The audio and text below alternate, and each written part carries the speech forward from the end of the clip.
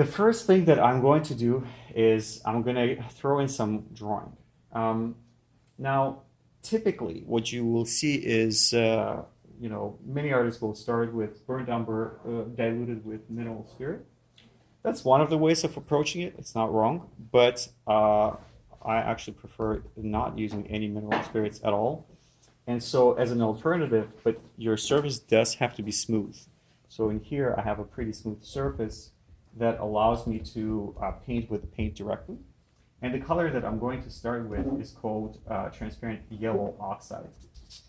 Transparent yellow oxide has very little pigmentation, and the word transparent describes its quality. It's basically unlike burnt umber over a canvas that can get quite dark if you just go directly with paint. The transparent yellow oxide will be barely visible. So the first couple brush strokes will be dedicated to the separation of light and shadow. So the first thing I want to make sure is that my composition is set from the first couple brush strokes. Composition meaning I just want to get a general idea of what my painting will look like.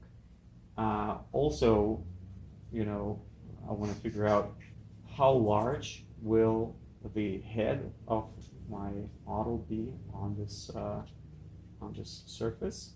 So this gives me an idea. You do side size, the same size? It's not a side size. So the question was, there's a method called side size, which basically means you take the measurement and you take 1-to-1. This is not necessarily side size. This is more of a general idea of the large forms on the model and the composition that would make sense. So at the moment, we're splitting all our values in two. So everything that's on the lighter side will remain gray for now. Everything that is on the slightly darker side will be covered with transparent yellow oxide. Painting works, or one of the ways to approach painting is to start with shapes, fill them in, and only then figure out the outline. And I'll give you a specific example. For example, we have this shadow under the nose. So rather than trying to find the outline, we'll do the opposite. We'll fill in the shape, just get the feel of the form of the shadow, and then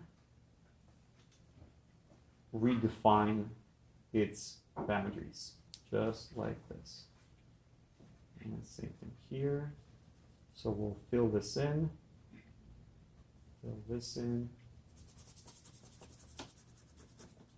and just completely cover all our dark shapes. So these are not necessarily shapes of shadow, these are rather dark shapes. So for example, if your background is dark, we'll just fill it in with a darker color, and if the hair is light, you just leave that value as paper.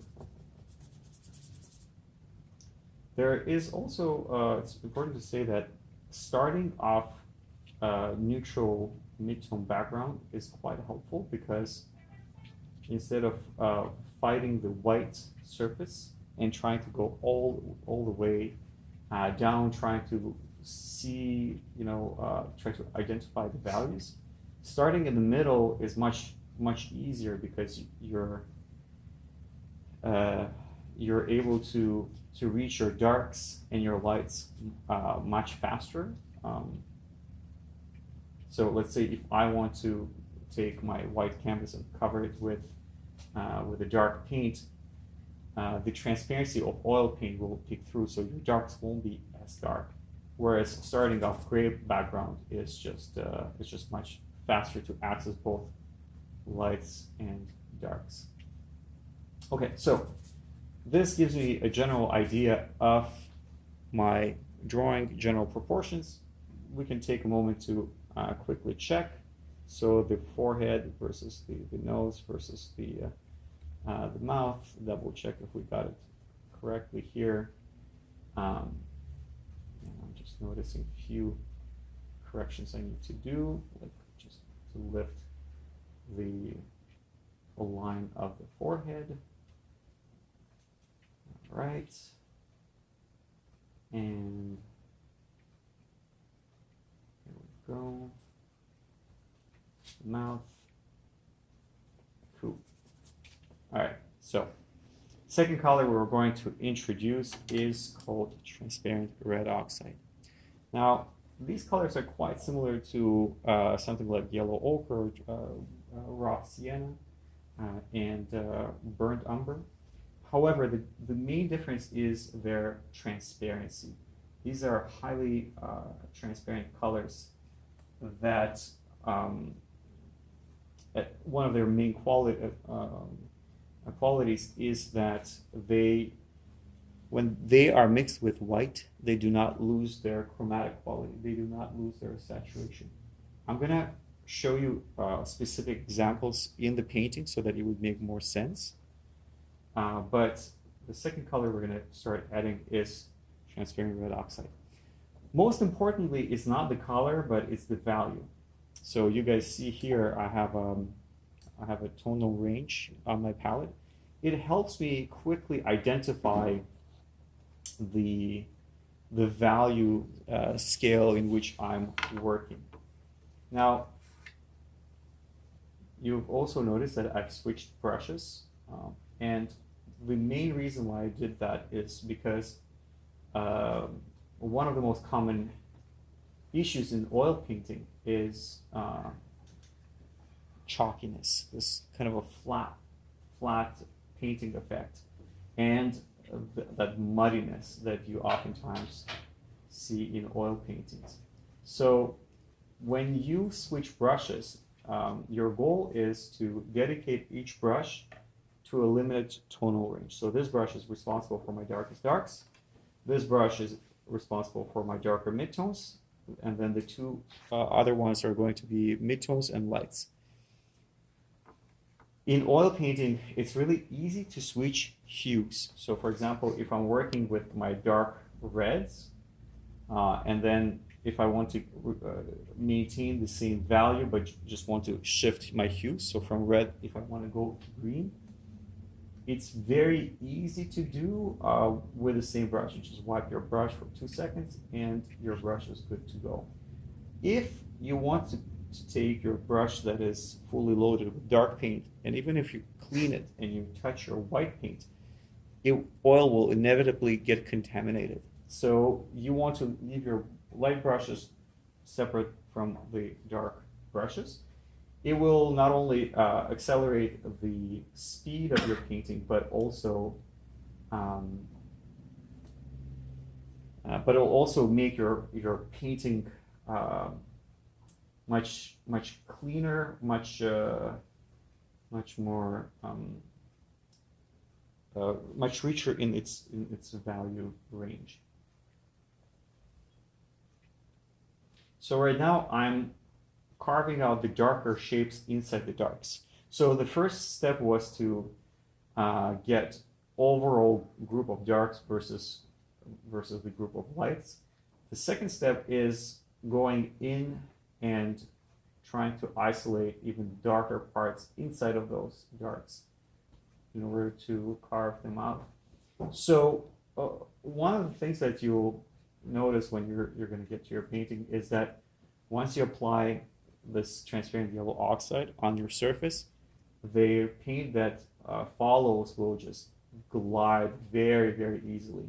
So you won't have any trouble applying the paint. The hardest paint to apply is your first layer. So that is for our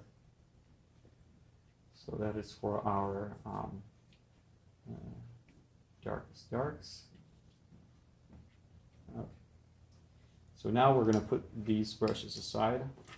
Actually, we don't need these brushes. So keeping your workspace organized is super important, because if your brushes get messy, your palette will get messy. It's going to just reflect on the painting. Next thing we're going to do is, so we threw in our darks. Now we're going to take our whites and simply indicate the brightest spots. It doesn't mean that it's going to be white there. We're just creating a plan. So naturally the forehead, and there's a highlight on the nose that will have the brightest spots.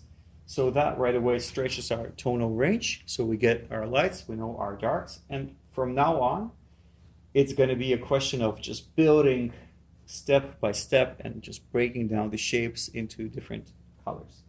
The next thing I'm going to do is, so I asked you guys to get piglet. There was no piglet, which is fine, because all it is just cadmium red and cadmium yellow mixed together. So I'm actually going to do it here, so that there would be no questions asked. There you go. There goes the piglet. This is pretty much all we need. It's just easier to, because when you paint, you don't have much time to mix. Mixing takes a lot of time. So if you have colors pre-mixed, it's helpful. So I'm going to surround my highlights with the piglet. Okay. Next thing I'm going to do is I'm going to introduce my kind of a lighter midtone. So I asked you guys to get rose gray. So if you look on my tonal range, I'm establishing, I don't know if you see it on the screen, but anyway, there's the darks, there's the lights, and these are whatever's in between. Now, rose gray is a little bit too red. There are many options we have to shift it towards the yellow. We can add directly yellow. The problem with direct yellow is that it's going to saturate the color. The color is going to be way too vibrant. We don't want to do that. So the other option would be, there are two options, and both would work. First option would be for us to add transparent yellow oxide into this. Another option would be to take yellow ochre and mix it with the rose gray. Why yellow ochre? Is because value-wise, they're very similar. Yellow ochre, I don't know if you guys can see it, but yellow ochre and the rose gray, they're very close in their values. And because our objective is to stay in the same value, except that we want to shift towards the yellow, so I'm going to just throw it in there. Also, yellow ochre is not as saturated as cadmium yellow, so it will not shift with my saturation. And I'm just going to throw in this. And now it's just going to be a matter of connecting the midtone with my lights. And the way we're going to connect the midtone with our light is that we're going to take the midtone, we're going to take the light, we're going to mix them somewhere in the middle, and there goes our connection.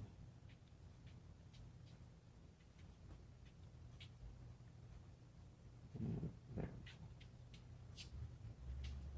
Now, forehead is a really good place to start, because it's pretty straightforward, and you're able to test your range of tones, because now in here we have our transparent yellow oxide, which it's more of a placeholder than the actual color. So it allows us to indicate the value. Once we'll have the value, we'll come back to this and actually replace it with exact color that we see there. For now, our goal is to connect our midtone with our light. And this is how we're gonna do that. Okay, let's continue. So now let's work around the nose area. So the highlight on the nose is quite light. However, then the form turns away quite quickly. So we're going to drop the value quite significantly. So I'm going to add a bit of cadmium red into my mix in order to keep the vibrance of the color, just like this.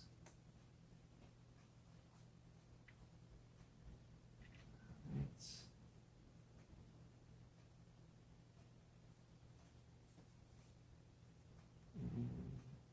And add a bit of light.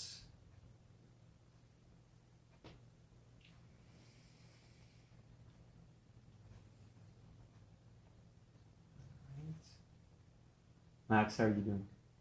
Mm-hmm. As long as our model is not falling asleep, we are good. All right. So once again, here, remember how I said it's really easy in oil paint to shift your hues, not the values. So in my previous mix here, I added more red.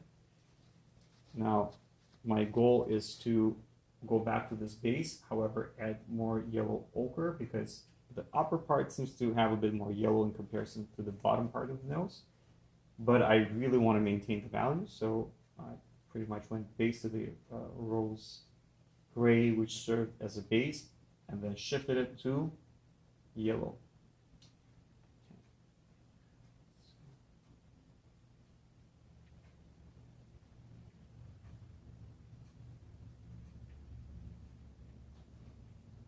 Okay, next we're going to describe those shadows around the nose.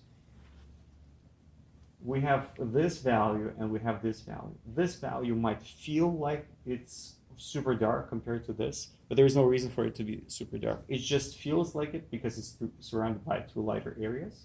So rather than throwing really dark values, we're gonna stick to our transparent yellow oxide as a placeholder for anything that is on the face and that is not eyebrows or anything dark.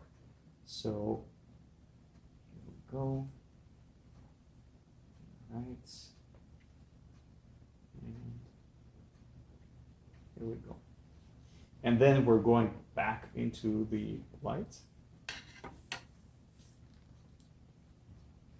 So I'm going to mix my yellow ochre and rose gray, just like this and just like this. So you notice I have a bit of a light here. The question is this light as bright as this? The answer is No. that's right. So what do we do? Do we switch brushes or do we keep the same brush? The answer is we keep the same brush. So we will just take the same brush, add maybe a drop of white, not much because we don't need a lot, and simply add, actually it's even more yellow, and simply add a bit of the color in here.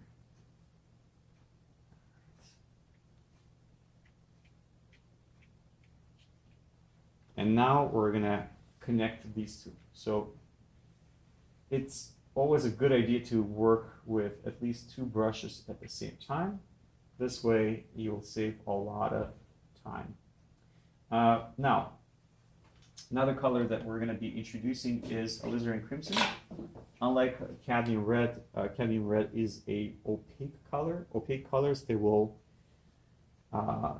completely modify the value of your color, whereas something like alizarin crimson will not affect the value, but rather will shift your hue.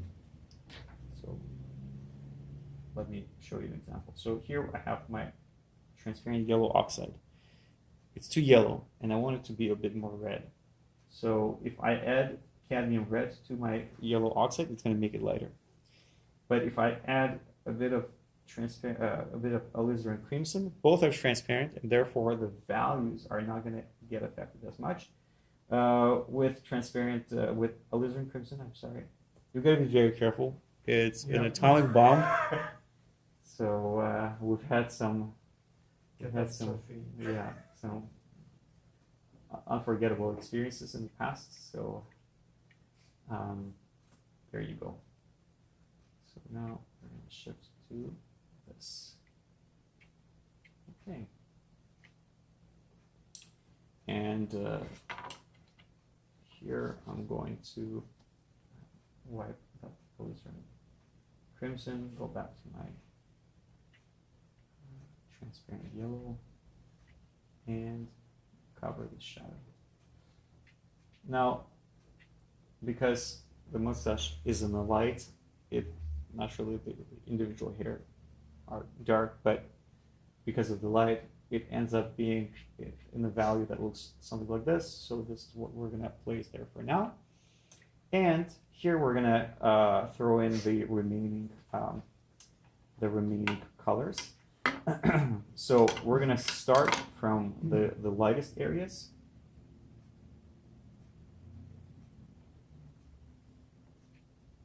So something like this. Okay, definitely need a bit more yellow. Here, here.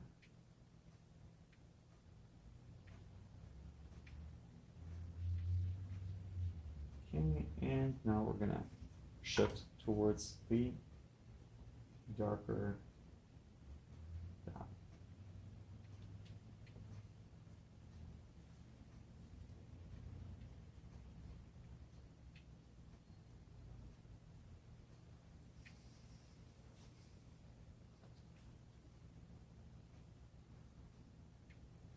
And we're going to be going back and forth.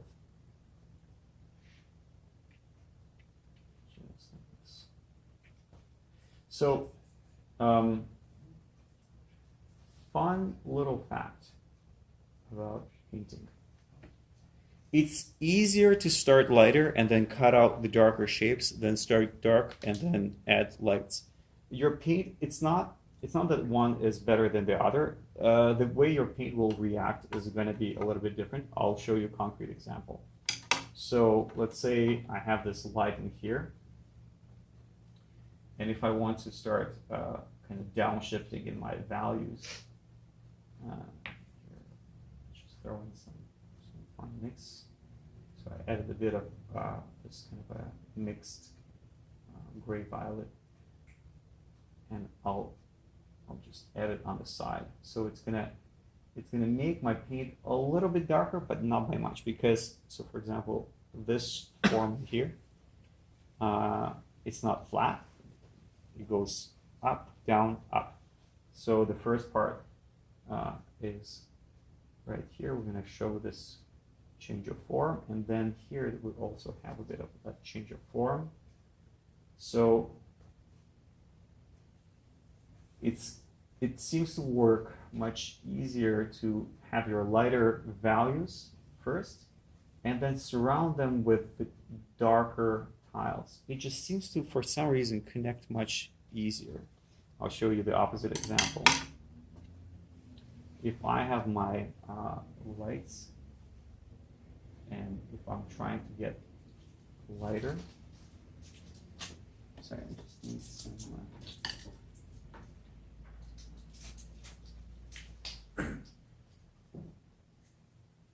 and if I'm trying to get lighter, the paint mixes in with your previous layer.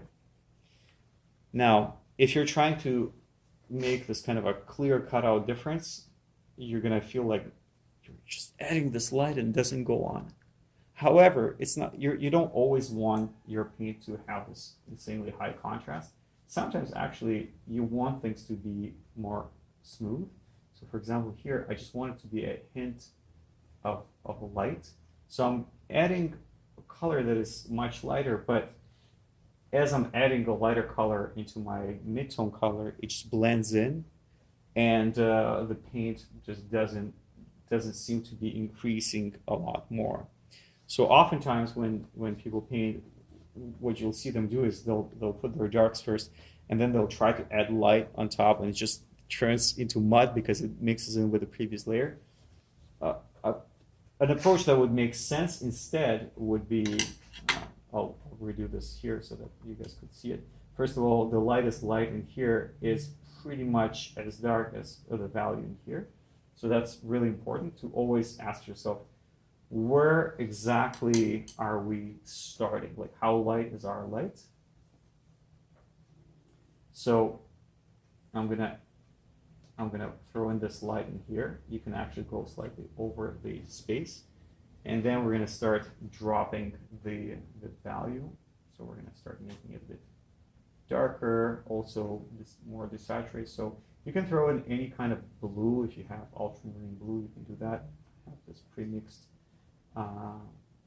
color, but you see, so I have my flat light, and then I'm kind of surrounding it with a darker color, so that right away breaks it without giving me a hard time with my darker value. Then I'm gonna toss this brush away, and I'll switch to my next brush. Here I'm mixing it. I'm trying to mix a color that would be more neutral and darker. So I took transparent yellow oxide. I have transparent green oxide. You can throw in ultramarine blue. It doesn't really matter what color you're throwing. What matters is what direction you're taking. So every time you have something warm, if you want to cancel the warmth, you add something cool. So when you have blue mixed with red, they cancel each other out, and they're going to meet somewhere in the middle, which is going to give us more of this neutral-ish color. Just like that. And then we're going to take our brush that we use for our darks, and we're going to add, so transparent green oxide. It's going to do the very similar thing with ultramarine blue. Transparent red oxide mixed with transparent green oxide will give me a pretty dark value. And this value I'm going to add here, here, here, and here, and a bit here, and a bit here. And now I'm really stretching my values, which means that I have my lightest lights and darkest darks in one go. This. Okay, I have 55 seconds left. So what did you use? Green oxide?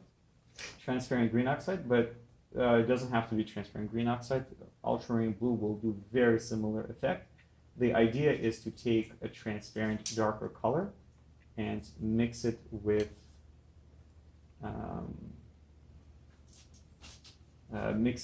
the opposite, like warm. You mix the warm and the cool. All right, 20 seconds. Let's see how much more we can do. Okay, there we go. 12 seconds. Let's try to raise for the lips. We can do this. There we go. And voila. So that was our first half an hour.